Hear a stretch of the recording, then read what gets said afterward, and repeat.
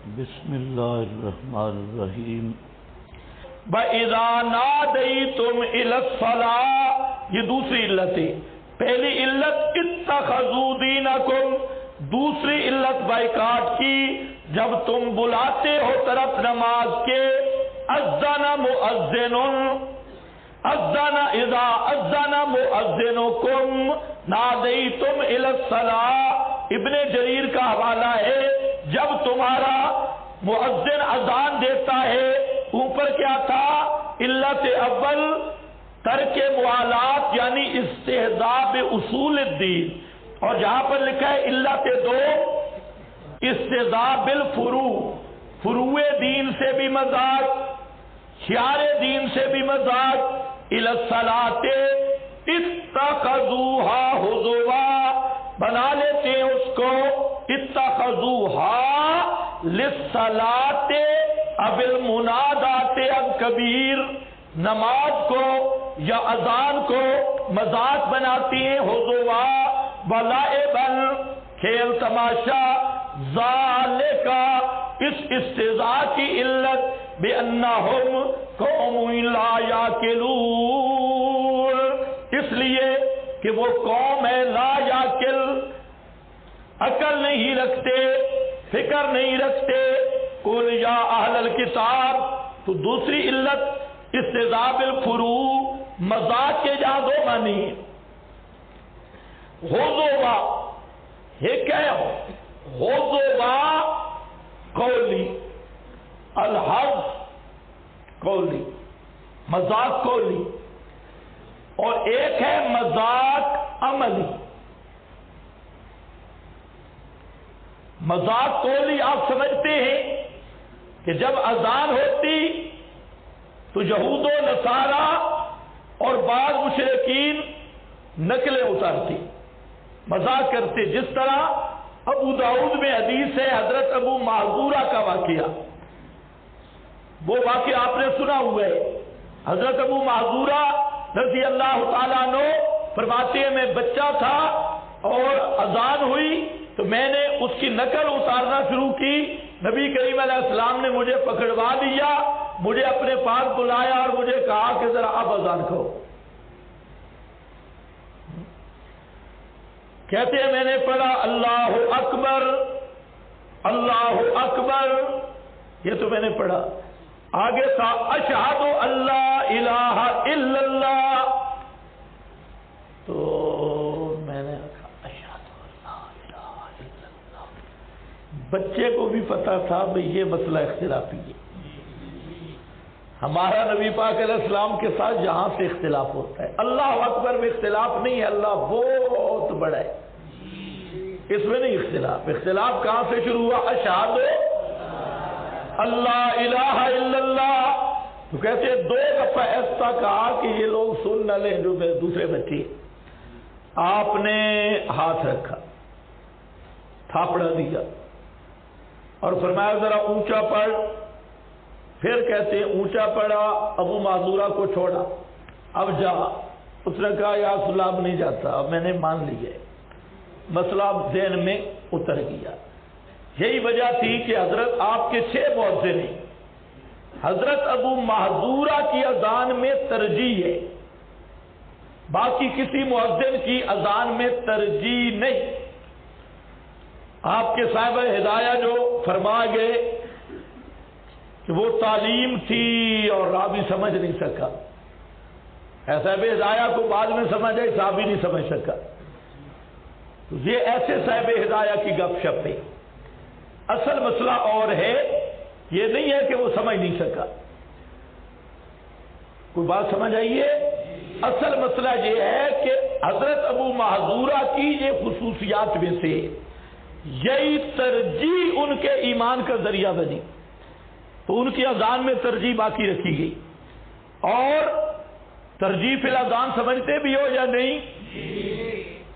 شہادتین کو 4 دفعہ دہرانا، 2 ایسا اور دونوں جائز ہیں، ترجیح والی اذان بھی جائز ہے اور بلا ترجیح والی، یہ جو آپ کے محدثین زور لگاتے ہیں ترجیح، عدم ترجیح پر، تو خواہ مخواہ کا زور ہے۔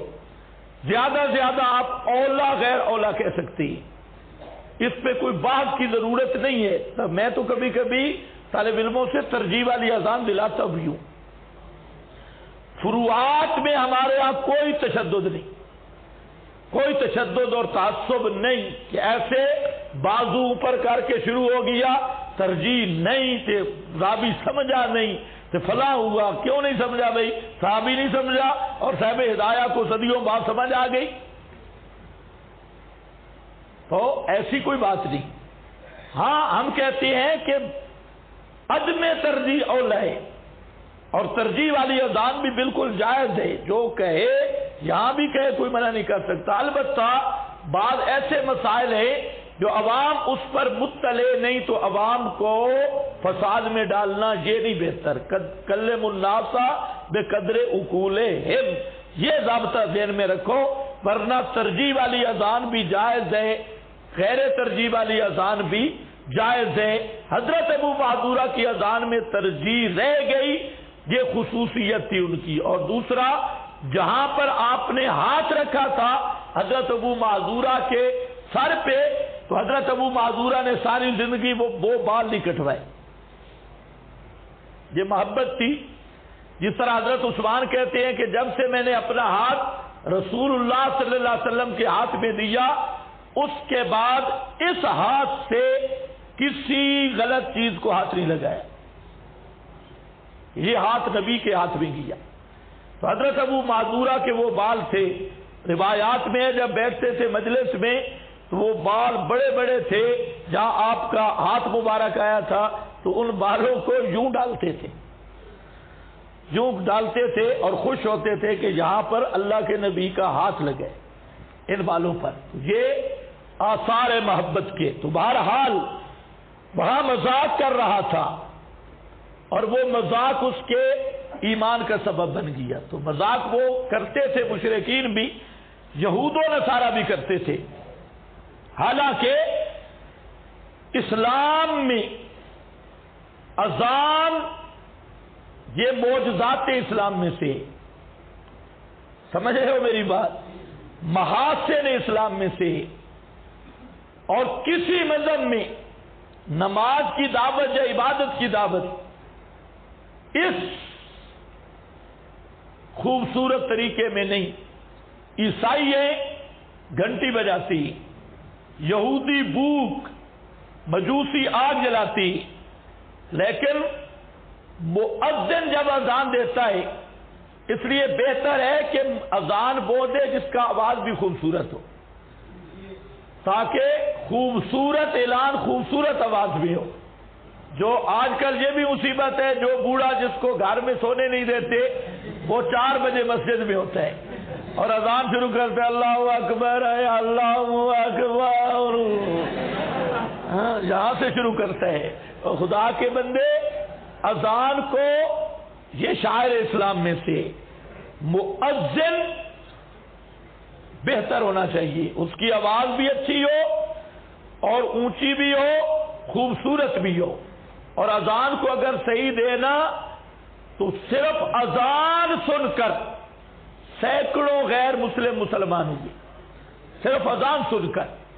اور اگر آواز بدصورت ہو، ایک آدمی مؤذن تھا وہ چھٹی پہ چلا گیا، تو وہ جب اذان دیتا تھا تو عیسائی عورتیں یہ ساری جمع ہو جاتی صبح کی اذان اپنے گھر میں اور اس کی اذان سنتی. بڑا ہی خوبصورت آواز تھا.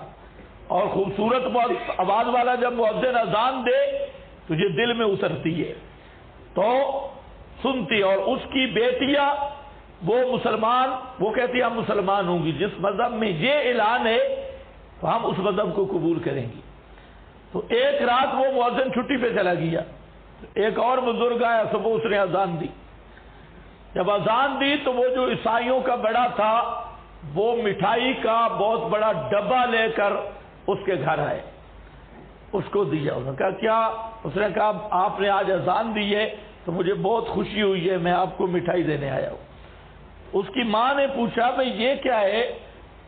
مٹھائی، اذان پر مٹھائی؟ اس نے کہا ہاں، وہ جو پہلا تمہارا مؤذن تھا اس کی اذان سن کر میرا پورا گھر مسلمان ہونے والا تھا. آج صبح اس نے اذان دی تو الحمدللہ وہ واپس چلے گئے. وہ کہتے ہم اس طرح اذان ہے تو ہم مسلمان نہیں ہو سکتے. تو یہ مٹھائی اس خوشی میں لایا ہو. تو آپ بھی خیال کیا کرو. اذان دے خوش آواز آدمی، راگڑیاں مقصد نہیں. یہ شاعر اسلام میں سے ہے، اور شاعر اسلام کی تعظیم من یعظم شعائر اللہ، اس کو پورے اہتمام اور شان اور ذوق کے ساتھ اذان دو. یہ ایک بہت بڑا اعلان ہے، اور یہ معمولی بات بھی نہیں. نبی کریم صلی اللہ علیہ وسلم نے فرمایا کہ جہاں تک مؤذن کی آواز جاتی ہے قیامت کے دن ریت کے وہ ذرے بھی اس کی توحید کے گواہ ہوں گے. اور اس شان رسالت کی گواہی کے وہ گواہی دیں گے. جس جگہ سے بھی وہ آواز گزرتی ہے تو وہ اس کے لیے وہ چیزیں قیامت کے دن گواہ بن جائیں گی. اور آپ نے فرمایا کہ تم میں سے ات والو، سب سے زیادہ اونچی گردن والے یعنی عزت والے قیامت کے دن مؤذن ہوں گے، اذان دینے والے. تو اذان کو ایسے کھیل نہ بناؤ. تو اذا نادیتم الی الصلاۃ، جب تم ندا کرو نماز کی طرف، تو ایک اذان کے ساتھ مذاق کو لیے.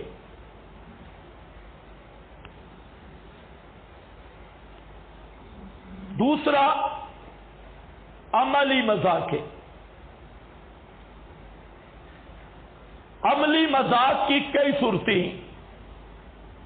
ایک صورت ہے بدعات فی الاذان،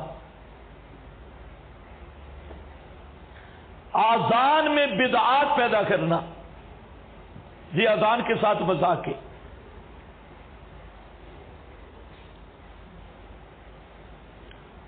اور اذان میں کئی قسم کی بدعات داخل کی گئی. مثلا بریلوی حضرات نے اور روافض نے اذان کے ساتھ صلاۃ و سلام کو سلیکٹ کیا. یہ بھی اذان کے ساتھ مذاق عملی ہے. اور صلاۃ و سلام کی ابتدا 781 ہجری کو ہوئی، اور شیعہ بادشاہ سے 781 ہجری. احمد رضا نے فتاوی میں خود تسلیم کیا ہے 700 یعنی 8ویں صدی صلاۃ و سلام شروع کیا گیا اذان کے اول آخر، اور وہ بھی بعض اذانوں کے ساتھ. اسی طرح اہل تشیع نے درمیان میں اضافہ کیا اشہد ان علی ولی اللہ، اور اضافہ ہر علاقے میں ہے اشہد ان علی ولی اللہ.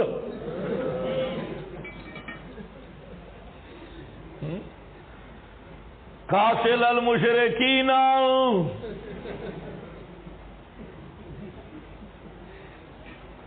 خلیفتہ بلا فضل. یہ اذان ہے.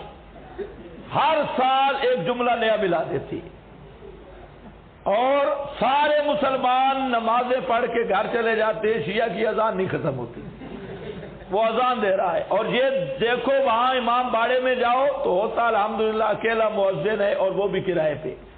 ادھر جماعت نہیں ہوتی، صرف یہ اتنا بتاتے ہیں کہ ہم بھی ادھر ہیں. اشہد ان علی ولی اللہ، تو یہ ولی اللہ ہی بس ہے. یہ اذان ہے ان کی. تو یہ مذاق ہے اذان کے ساتھ. یہ بدعت، اس کو خود بھی آل تشیع ملا یاذر الفقی سیاہ اربع کی کتاب ہے، اس میں یہ عبارت لکھی ہے لعن اللہ المفوضہ، مفوضہ فرقہ پہ خدا کی لعنت ہو. زادو فی الاذان اشہد ان علی ولی اللہ، انہوں نے اشہد ان علی ولی اللہ یہ اذان میں زیادہ کر دیا.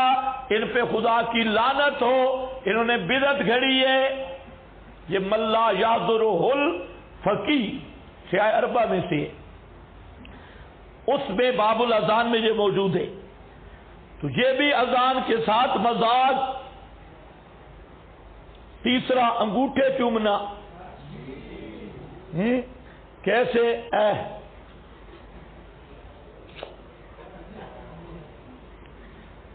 اچھا مزے کی عقل بھی دیکھو نا بتی کا، بھائی اگر چومنا ہے تو مؤذن کے ہونٹ چوم،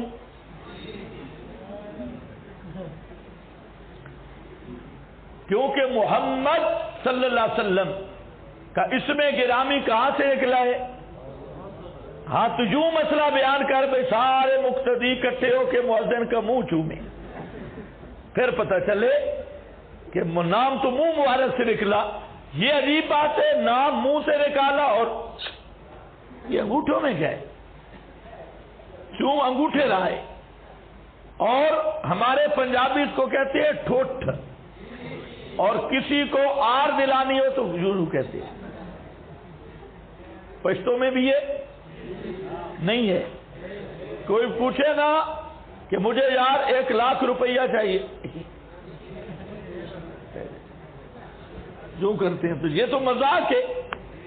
اور یہ بدعتی کیا کرتے ہیں؟ ایک جگہ پہ میں نے یہ تقریر میں کہا، میں نے کہا کہ اگر انگوٹھے چومنے ہیں نا کچھ عقل کرو، مسئلہ یوں کرو کہ جو مؤذن اذان دے سارے اس کے ہونٹ چومو۔ کہتے توبہ توبہ، تو اس میں توبہ توبہ کی کون سی بات ہے؟ چومنا ہی ہے نا، چٹو قوم، چومنے والی قوم، اور یہ چمو چٹو قوم کوئی قبر دیکھے چومنا ہے۔ میں کیا کہ بیوی کو چوم سکتا ہے، پیر کو نہیں چوم سکتا، کہ چمو تو ہاں بیوی کے ساتھ اور بھی بہت کچھ کر سکتے ہیں، اور پیر کے ساتھ نہیں کر سکتا۔ چمو دلیل آ رہی ہے، بیوی کو چوم سکتا ہے، بابے کو نہیں چوم سکتا، ہاں تو پھر پیر ہی رکھنا، بیوی کی کیا ضرورت ہے؟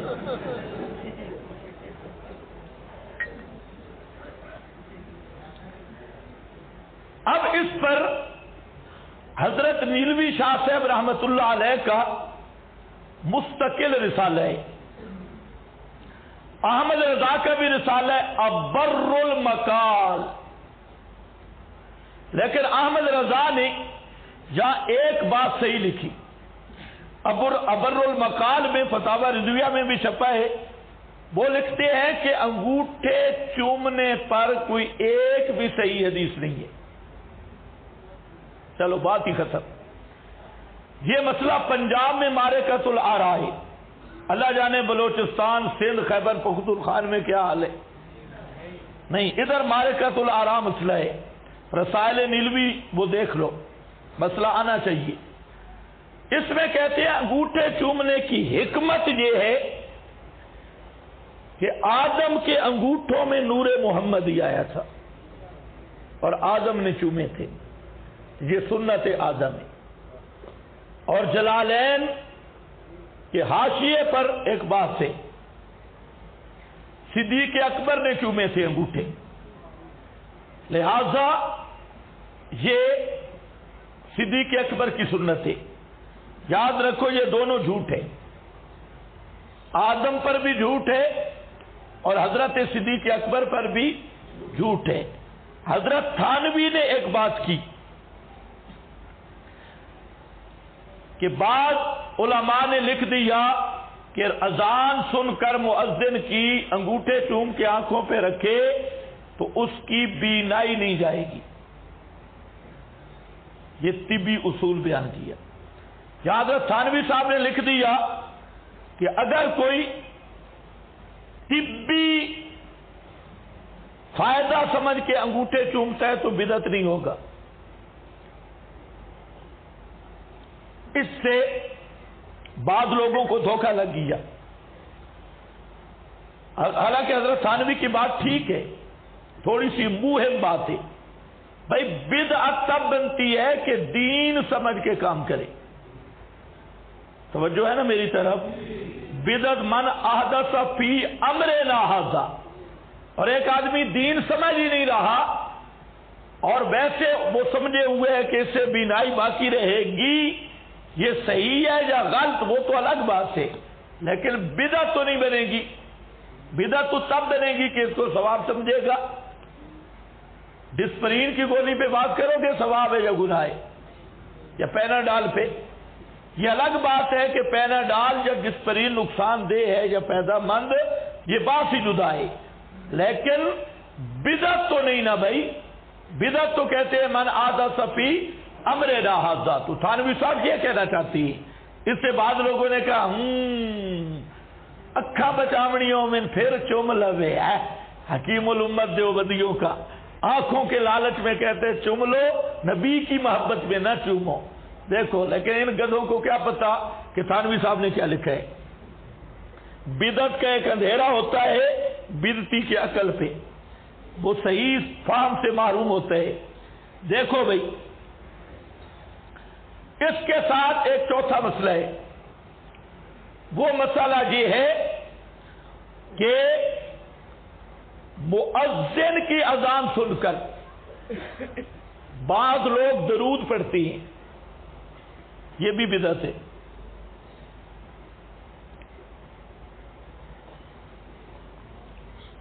سن رہے ہو میری بات؟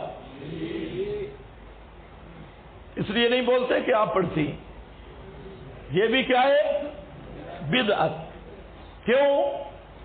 نبی کریم صلی اللہ علیہ وسلم نے فرمایا قولو مثل ما قال المؤذن، اذان کا جواب دینا ہے جیسے مؤذن کہے گا۔ مؤذن اللہ اکبر کہے گا، آپ نے بھی اللہ اکبر کرنا ہے۔ وہ کہے گا اشہد ان محمد رسول، وہ درود پڑھتا ہے مؤذن، کیوں؟ اشہد ان محمد رسول صلی اللہ علیہ وسلم، اشہد ان محمد صلی اللہ علیہ وسلم نہیں پڑھتا، تم بھی نہیں پڑھ سکتے۔ ما قال المؤذن، جو الفاظ مؤذن نے کہے وہی الفاظ آپ نے کہنے۔ ایک روایت میں حی علی الصلاۃ حی علی الفلاح پہ لا حول ولا قوت الا باللہ یہ کہنا بھی ٹھیک ہے اور وہی الفاظ کہنا بھی ٹھیک ہے۔ اس لیے جو بریلر ہیں وہ انگوٹھے چوم کے اذان کا جواب دیتے ہیں، جو آپ لوگ ہیں جب آپ کا نام آئے تو کہ صلی اللہ علیہ وسلم، یہ بھی بدعت وہ بھی بدعت ہے۔ اذان کا جواب انہی کلمات کے ساتھ ہے جو مؤذن کلمات پڑھ رہا ہے۔ اس کے بعد اذان کے بعد درود پڑھنا ہے۔ مؤذن جب اذان دے گا تو درود پڑھ کے دعا مانگنی ہے، اللہم ربا ھذہ الدعوہ، یہ دعا مانگنی ہے۔ اور دعا کے بھی اگلے ٹکڑے نہیں جتنے حدیث میں ثابت تھے، وہ دعا مانگو مسنون۔ اللہ کے رسول صلی اللہ علیہ وسلم نے فرمایا جو اذان سن کر یہ دعا مانگتا ہے حلت لہو شفاعتی، اس کے لیے میری شفاعت حلال ہے۔ اب دیکھو یہ اعمال آسان ہے، کوئی مشکل نہیں اور بہت بڑے ثواب کی چیزیں، اس سے ہم محروم رہتے، خیال بھی نہیں ہوتا، چپ کر کے بیٹھا ہے۔ تو اذان میں بدعات نہ آنے دو، اذان سنت کے مطابق ہو اور کوئی بدعت داخل نہ کرو، اگر بدعت داخل کرو گے تو استہزاء ہوگا۔ اسی طرح قبر پر اذان دینا، اس پر بھی مولانا منظور احمد نعمانی رحمت اللہ علیہ کی مستقل رسالہ ہے، قبر پر اذان دینا، بہت اچھا رسالہ لکھا۔ احمد رضا خان نے بھی رسالہ لکھا قبر پر اذان دینے کا، وہ فتاوی رضویہ میں ہے، الگ بھی ہے، اور پورے رسالے میں بدعتیوں کی عادت ہے ثابت تو کرنا تھا قبر پہ اذان، اس نے پورے رسالے میں اذان کے فضائل ثابت کی۔ یہ بھی فضیلت ہے، یہ بھی فضیلت ہے، اور ایک ان میں سے فضیلت یہ بھی ہے کہ شیطان بھاگ جاتا ہے. یہ بھی اس لیے قبر میں شیطان بریلویوں کے پاس آ جاتا ہے. جب اذان دیتے ہیں تو شیطان اذان سن کے بھاگ جاتا ہے، اس لیے اذان دیتے ہیں. اس پر مولانا سرفراز نے بڑی خوب بات لکھی. کئی گپیں زبردست ہوتی ہیں. انہوں نے کہا یہ جو علاج ہے نا، ایک اور مسئلہ بھی ہے. حدیث میں آتا ہے جب میاں بیوی ہم بستری کرتے ہیں تو وہاں پر بھی شیطان مداخلت کرتا ہے. تو اس لیے بریلوی مولوی جب ہم بستری شروع کریں ساتھ مؤذن کھڑا کریں تاکہ شیطان گڑبڑ نہ کرے. تو قبر پر آذان جو ہے یہ بھی بدعت ہے. اسی طرح تیسری صورت استہزاء کی یہ ہے کہ اذان کی پرواہ نہ کی جائے. اذان کی پرواہ نہ ہو، ادھر آذان ہو اور آدمی اپنی گپ شپ میں مصروف رہے اور آذان کا ادب نہ کیا جائے، احترام نہ کیا جائے، تو یہ بھی کیا بنے گا؟ استہزاء. فَإِذَا نَادَيْتُمْ إِلَى الصَّلَاةِ اتَّخَذُوهَا هُزُوًا، اس کو مذاق بناتے ہیں، بلعبا. اس سے فقہاء نے ایک مسئلہ مستنبط کیا کہ دین کی کسی بات کے مذاق بنانے سے آدمی کافر بن جاتا ہے. کسی بات کا بھی مذاق کرے تو وہ آدمی مسلمان نہیں رہتا. کسی سنت کا استخفاف یا تاکیر کرے. اسی طرح شاعر اسلام میں سے کسی کا استخفاف ہلکا سمجھے یا تاکیر کرے تو وہ آدمی کافر ہے. وَلَعِبًا ذَلِكَ بِأَنَّهُمْ قَوْمٌ لَا يَعْقِلُونَ.